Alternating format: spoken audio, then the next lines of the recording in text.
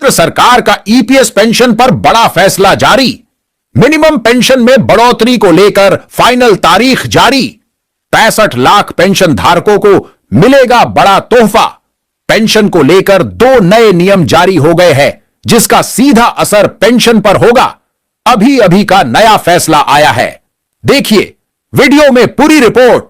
जी हां पेंशन धारकों, आप सभी ने बिल्कुल ही सही सुना है। आप सभी पेंशन धारकों के लिए इस वक्त की 2 इंपोर्टेंट और महत्वपूर्ण खबरें लेकर आज की इस वीडियो के अंदर हाजिर हो चुके हैं।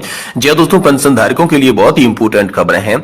जी हां दोस्तों, ईपीएस 95 हायर पेंशन को लेकर पहली बड़ी खबर की बात करें तो 10,000 रुपए न्यूनतम पेंशन, गलत कैलकुलेशन पर लोकसभा में दहाड़े सांसद, कर्मचारी भविष्य निधि संगठन और मोदी सरकार पर दबाव बढ़ा दिया है। दोस्तों, इसको लेकर आज की इस वीडियो के अंदर बात करेंगे कि आखिरकार ईपीएस 95 हायर पेंशन योजना को लेकर लोकसभा से कौन कौन से सांसद दहाड़े और आप सभी के लिए क्या बड़ी खबर निकल कर आई, जिसमें यहां पर कर्मचारी भविष्य निधि संगठन और मोदी सरकार पर दबाव बनता हुआ दिखाई दे रहा है। तो इसके बारे में भी दोस्तों आज की इस वीडियो के अंदर बात की जाएगी। साथ ही साथ बात करेंगे कर्मचारी पेंशन योजना 1995 को लेकर बड़ी खबर है कि पेंशन फंड का कॉर्पस तो बढ़ रहा है तेजी से, लेकिन ईपीएस 95 पेंशन नहीं बढ़ रही है। लोकसभा में बुरी फंसी सरकार। तो आखिरकार लोकसभा के अंदर सरकार को कैसे घेरा गया है, आप सभी के लिए 2 प्रमुख बड़ी खबरें जो है संसद और लोकसभा से निकल कर आ रही है। तो इनके बारे में दोस्तों विस्तार से चर्चा आज की इस वीडियो के अंदर करने वाली हैं। इसलिए हम सभी पेंशन धारकों से निवेदन करते हैं कि दोस्तों आज की इस वीडियो को आप लास्ट तक देखिएगा। साथ ही अगर हमारे चैनल पर नए हैं तो दोस्तों यहाँ पर चैनल को सब्सक्राइब भी कर लीजिएगा। जी हाँ दोस्तों, बात हम सभी के लिए करें तो लोकसभा से आप सभी के लिए बड़ी खबरें आ रही है पेंशन को लेकर। लगातार आप सभी के लिए अपडेट हम इस वीडियो के माध्यम से, इस चैनल के माध्यम से देते आ रहे हैं। इसलिए चैनल को आप जरूर सब्सक्राइब करके रखें और वीडियो को आप लास्ट तक देखते रहिएगा। दोस्तों लास्ट तक देखेंगे तो ही आपको पूरी जानकारी समझ में आएगी। वीडियो को अगर आधो अधूरा देखते हैं तो दोस्तों आपको पूरी जानकारी समझ में नहीं आएगी। तो चलिए पहली बड़ी खबर की बात करते हैं। तो दोस्तों ईपीएस 95 हायर और मिनिमम पेंशन को लेकर आप सभी के लिए बहुत ही बड़ी खबर निकल कर आ रही है कि 10,000 रुपए की न्यूनतम पेंशन और साथ ही गलत कैलकुलेशन पर लोकसभा में दहाड़े सांसद, ईपीएफओ और मोदी सरकार पर दबाव। जी हाँ दोस्तों, आखिरकार क्या बड़ी खबर है, चलिए पूरा विस्तार से जानते हैं। दोस्तों सुप्रीम कोर्ट के आदेश के बाद ही ईपीएफओ अपनी मनमानी कर रहा है। सांसद एनके प्रेमचंद्र ने सुप्रीम कोर्ट के यहां पर का जिक्र कर दिया। वहीं बढ़ी हुई पेंशन का हक न मिलने पर, समय पर दोस्तों पेंशन न मिलने और प्रो राटा कैलकुलेशन पर सरकार से कई सवाल पूछे हैं। जी हां दोस्तों, कर्मचारी पेंशन योजना 1995 के तहत उच्च पेंशन एक बार फिर से उनकी आवाज उठाई गई है। ईपीएस 95 हायर पेंशन को लेकर लोकसभा में केरल से इक्वालिटी सोशल पार्टी के सांसद एनके प्रेमचंद्र ने सरकार को घेर लिया है।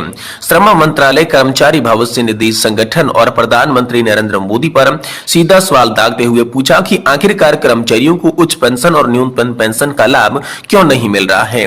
सुप्रीम कोर्ट के आदेश के बाद भी कर्मचारी भविष्य निधि संगठन मनमानी कर रहा है। सांसद एनके प्रेमचंद्र ने सुप्रीम कोर्ट के 4 जनवरी 2022 का जिक्र करते हुए कहा कि 3 बातों पर जोर दिया गया है: बढ़ी हुई पेंशन का हक न मिलने, समय पर पेंशन न मिलने और प्रो राटा कैलकुलेशन को लेकर सरकार पर कई सवाल उन्होंने दागे। सांसद ने कहा कि अभी तक कर्मचारियों को पीएफ फंड में हर माह कटौती होती रहती है, लेकिन पेंशन के तहत सुविधा नहीं मिल पाती है।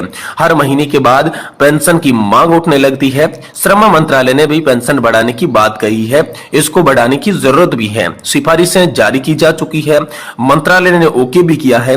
इसके बावजूद भी बिल पास नहीं हो रहा है ताकि पेंशन भोगियों को बढ़ी हुई पेंशन का लाभ मिल सके।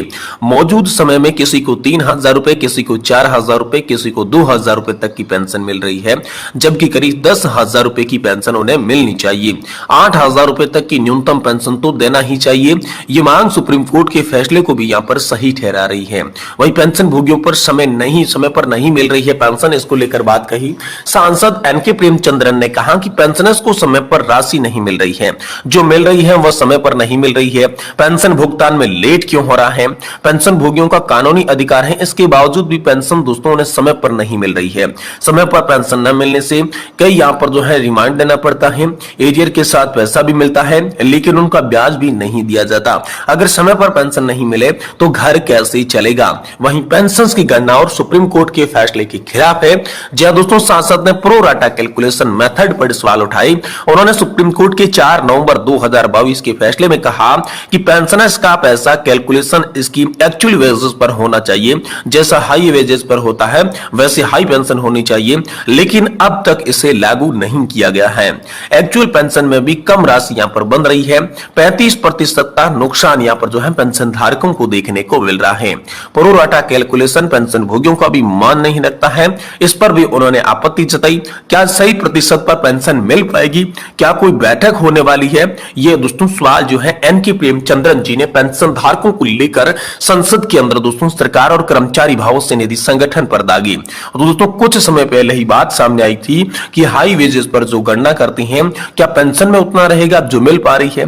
पेंशन कम से कम 10,000 या 8,000 रुपए करना चाहिए। 4 नवंबर 2022 के सुप्रीम कोर्ट के आदेश पर अमल किया जाना चाहिए। जितना अंशदान वर्तमान वेजेस पर कटता है तो फिर क्यों गणना कम करते हैं? जब लेने की बात आई तो अधिक लेते हैं और जब देने की बात आती है तो कम देते हैं। ये भेदभाव आखिरकार सरकार पेंशन धारकों के साथ क्यों कर रही है? कर्मचारी भविष्य निधि संगठन पेंशन धारकों के साथ क्यों कर रहा है? ऐसा दोस्तों यहां पर आप सभी के लिए सांसद एनके प्रेमचंद्रन जी ने लोकसभा के अंदर दोस्तों केरल के जो रेगुलरी सोशलिस्ट पार्टी के सांसद हैं, उन्होंने सरकार, कर्मचारी भविष्य निधि संगठन और श्रम मंत्रालय को घेरा और उनके सामने ये सवाल रखे कि आखिर सरकार जवाब दे कि जब सरकार में अंशदान लेने की बात आती है तो सबसे पहले लेती है, लेकिन पेंशन देने की बात आती है तो सरकार पीछे क्यों हट जाती है? ये तमाम बड़े सवाल जो है आप सभी के लिए दाग दिए हैं लोकसभा की कार्रवाई के दौरान पीएम मोदी और यहां पर स्पीकर महोदय से ये सवाल दोस्तों यहां पर पूछे गए थे। वहीं दोस्तों कर्मचारी पेंशन योजना 1995 को लेकर पेंशन फंड का कॉर्पस तो तेजी से बढ़ रहा है, लेकिन ईपीएस 95 पेंशन क्यों नहीं बढ़ रही? लोकसभा में इसको लेकर यहां पर सरकार फंस चुकी है।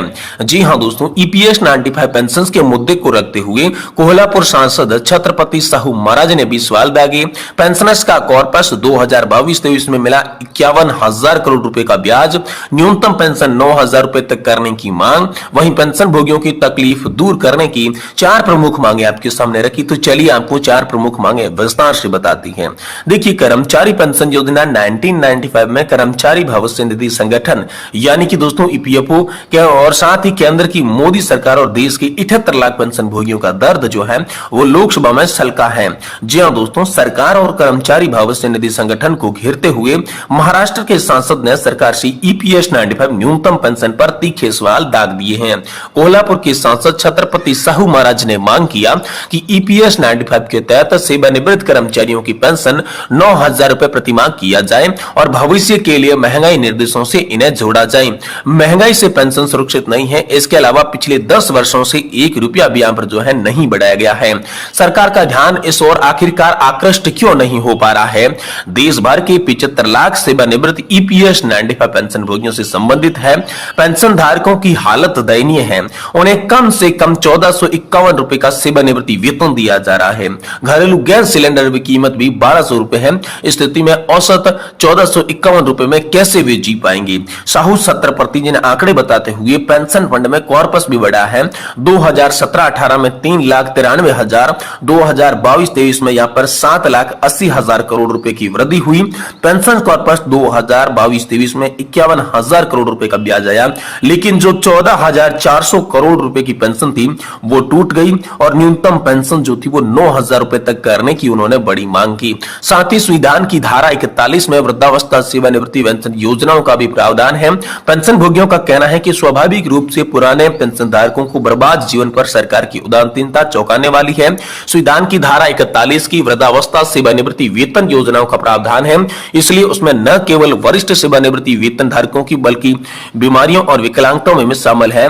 तो दोस्तों जंतर मंतर पर ईपीएस 95 पेंशन धारकों का समर्थन कर चुके थे ये सांसद। जी हां दोस्तों, सरकार को पता होना चाहिए कि बुढ़ापे में उचित पेंशन सबसे महत्वपूर्ण सुरक्षा है और इसीलिए साहू छत्रपति जी ने पेंशन भोगियों के लिए सरकार से निवेदन किया है कि इस मामले में दखल दें और पेंशन भोगियों को साथ खड़े रहकर न्याय दिलाएं। साहू छत्रपति ने पिछले सप्ताह दिल्ली के जंतर मंतर पर ईपीएस 95 पेंशन भोगियों के आंदोलन को समर्थन किया था। लोकसभा में इस मुद्दे पर आवाज उठाने का उन्होंने वादा किया था और उसी के अनुसार उन्होंने दोस्तों इस विषय को एक बार फिर से आप सभी के लिए प्रस्तुत